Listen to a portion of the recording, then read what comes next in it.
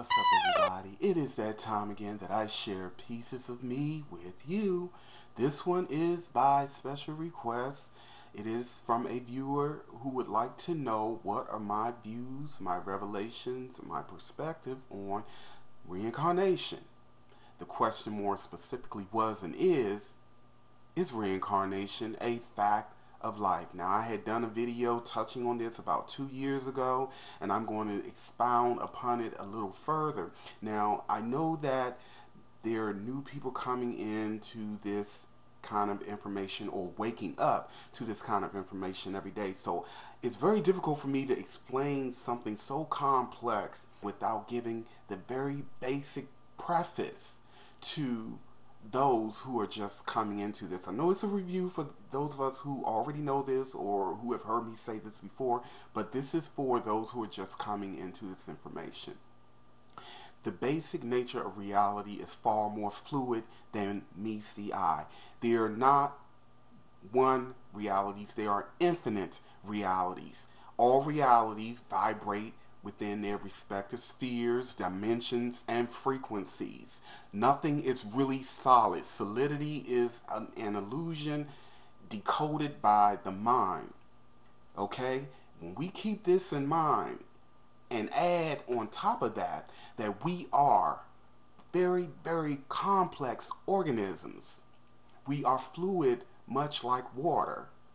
We are radiant, like organic light, because this is all of who we are. We are awareness, we are consciousness, meaning whether we have a physical body or not, we will have an awareness. We will have some level of consciousness. Now, consciousness varies from person to person, and it is mainly because of reincarnation. So yes, reincarnation is a fact of life. We must stop and ask ourselves, how is it that a group of brothers and sisters who start out in the very same environment, same parenting, same neighborhood, but they all go very different ways many times. They all have very different tastes, very different views.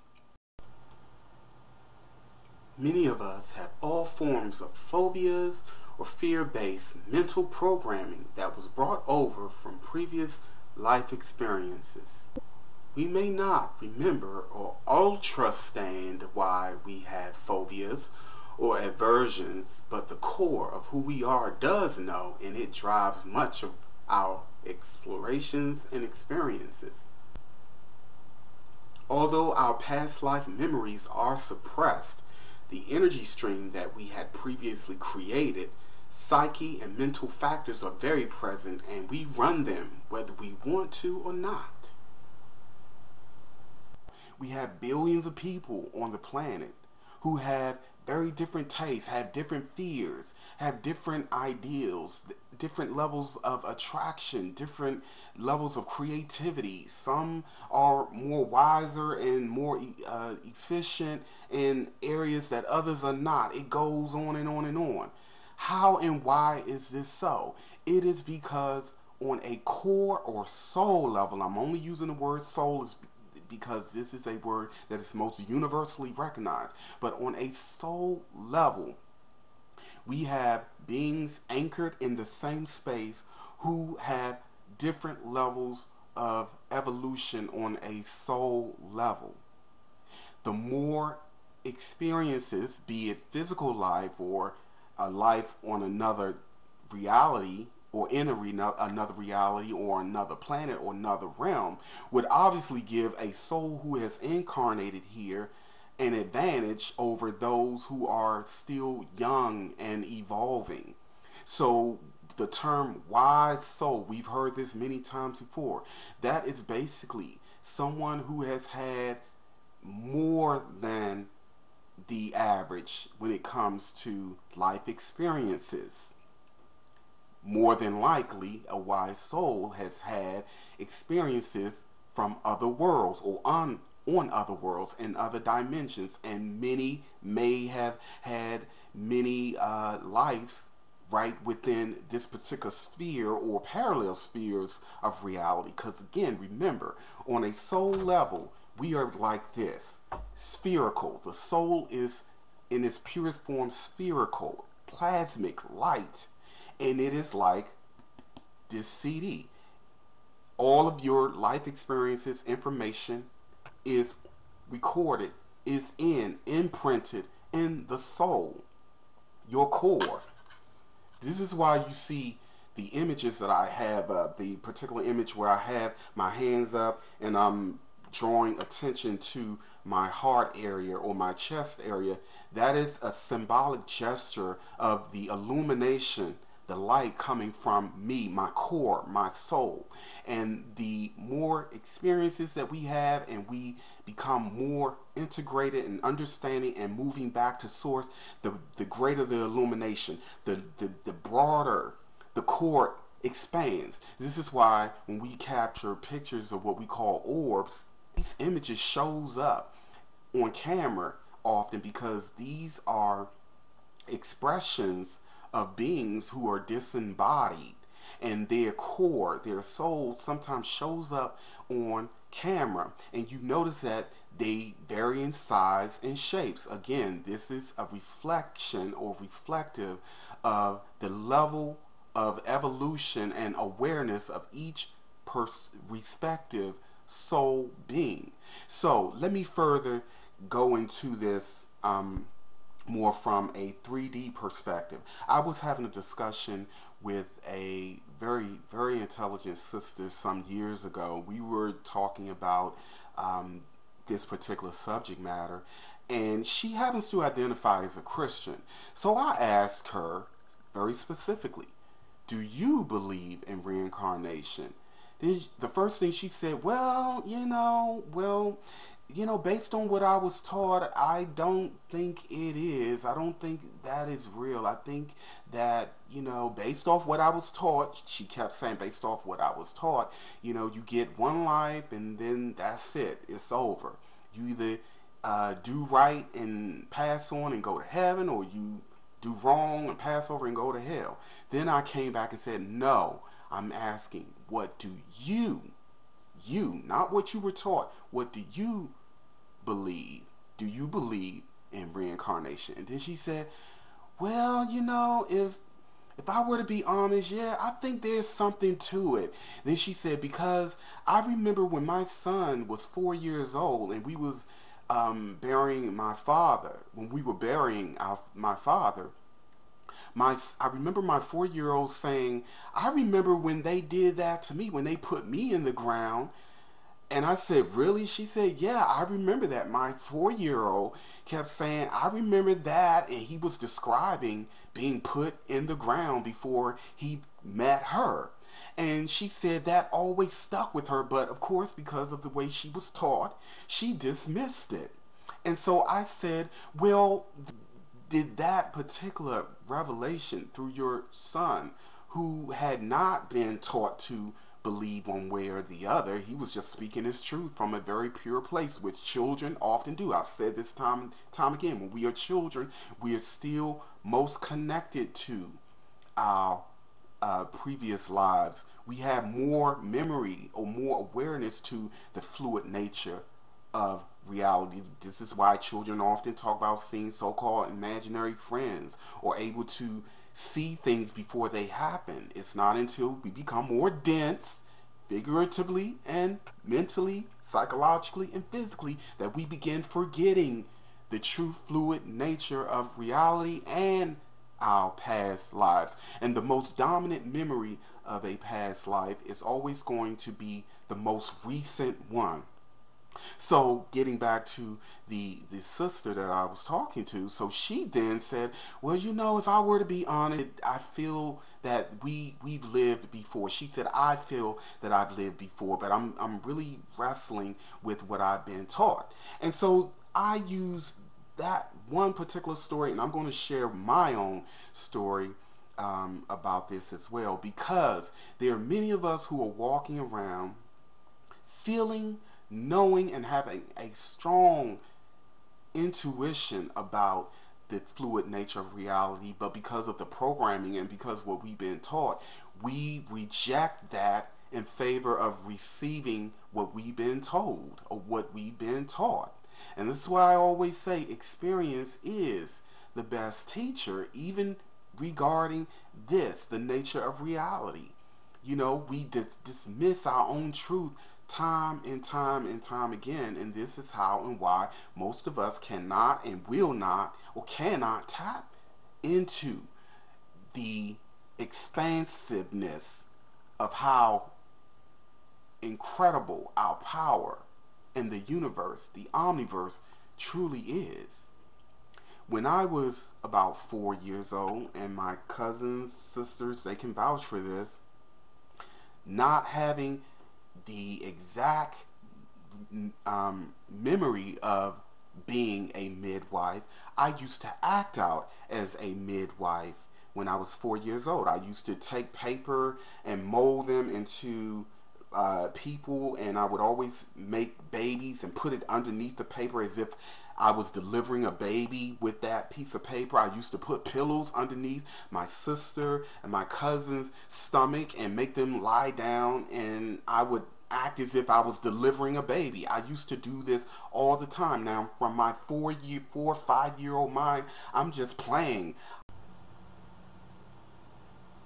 As children, we often act out our most recent and dominant past life actions, thought forms, and behaviors. So parents of young children, if you haven't already, pay close attention to your child's most persistent point of focus, their interests, expressions, and attitudes. You just might get a clue as to who they were before their present form and life experience. So if I was a midwife, just like I brought over the memory on a soul level of being a midwife, I also brought over some of the mental faculties of that of female. This explains why some men, not all men, may have dominant feminine traits. Reincarnation explains a lot, family. It really does. This is why some of us are attracted to some of the things that we are. Speaking of attraction, what we find attractive or innately drawn to has roots in the soul's matrix of many incarnations. Since we all have a magnetic component to our core or sphere, this magnetic energy becomes defined and stronger with each incarnation. Although the physical form may change, our psyche, mental state, magnetic drive remains the same. That is, until the soul has evolved further through experiences and explorations beyond what it has previously acquired.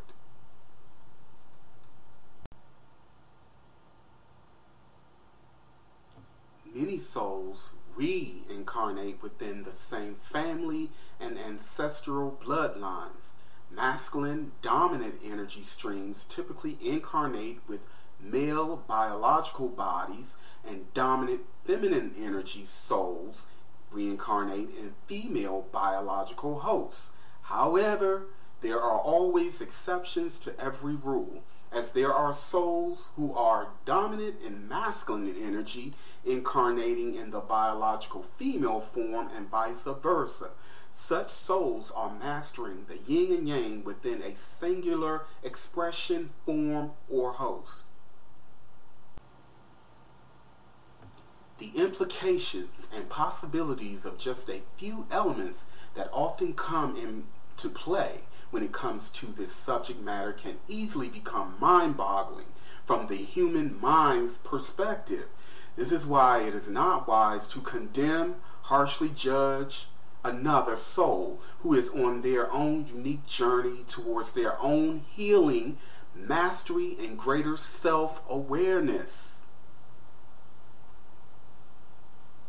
Can find a 3D reason for a lot of things. And yes, I'm not saying that there are not 3D environmental factors that shape us into who we are. Of course it does. But what we are not considering is that there is an energetic mental layer to this as well, because we are multi-dimensional beings with infinite awareness or potential for infinite awareness. So getting back to my experience with my first or my earliest acting out on reincarnation or my past life, being a midwife. Now, how would a 4-year-old, 5-year-old who had never seen any of this in this reality know of these things on a level to act out in the way that I was doing?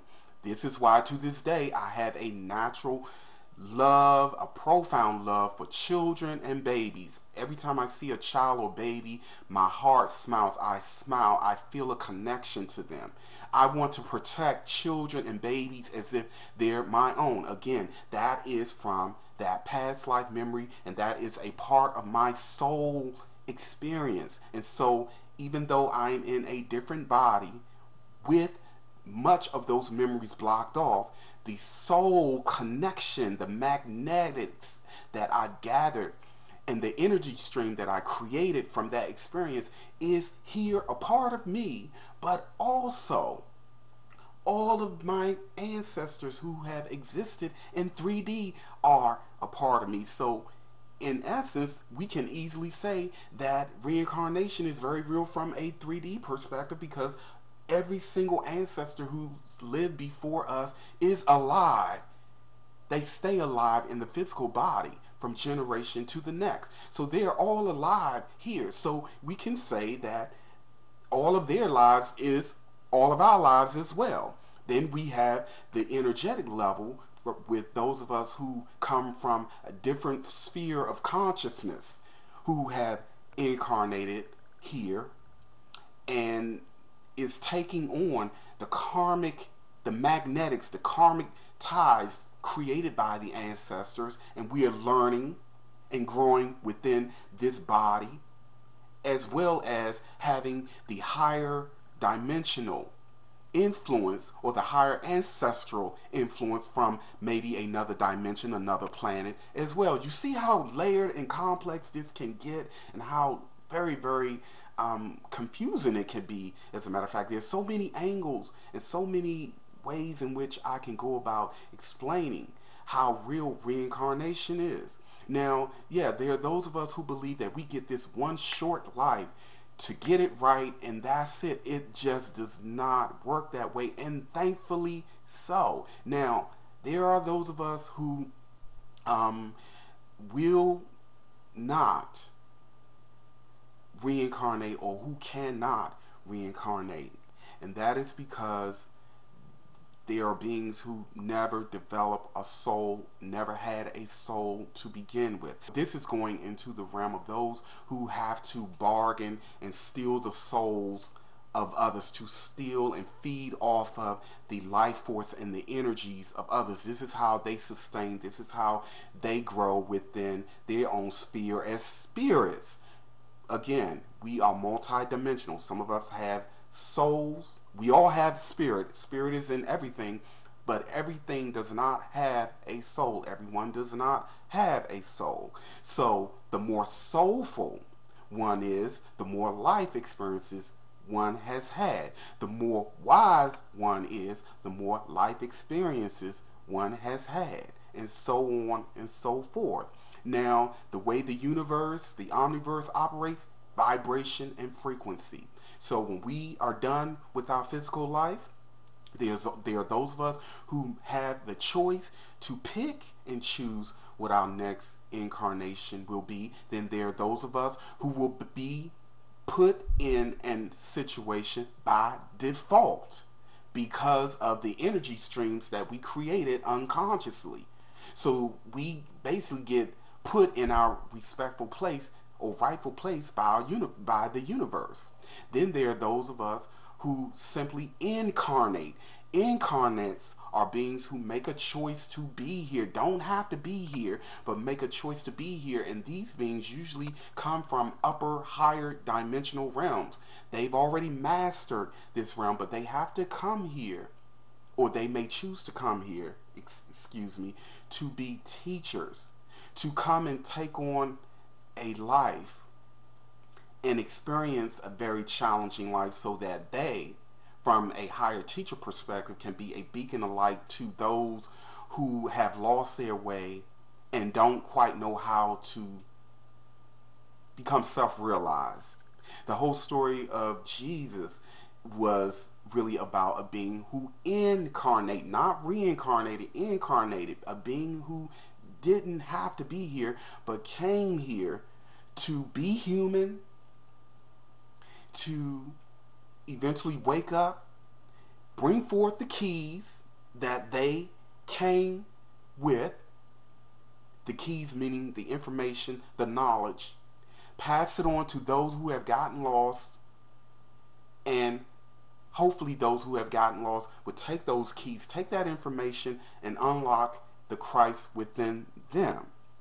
We have countless examples of beings who come from higher dimensional realms who are not here because they have been sentenced.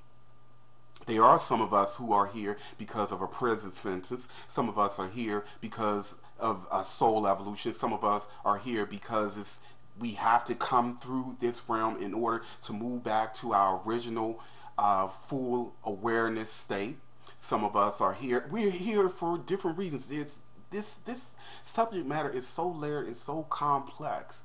There is no black and white definitive answer to anything when it comes to why we're all here and the fluid nature of reality. I am in no way, shape, or form trying to fearmonger, but I would be remiss if I were not to mention another reason why many beings are caught in the wheel of reincarnation in the same lower realms of density or matter. There are also non-physical parasitic forces who play mind games, tricking souls into reincarnating over and over in their holographic realities so that they can feed off of their life force. This is another story within itself. I may dedicate an entire video on this subject matter alone within the very near future. I will end this installment here, but I have more to share about my personal revelations as it relates to reincarnation. One of them involves an ancestor or guardian who showed me, better yet reminded me of something very profound.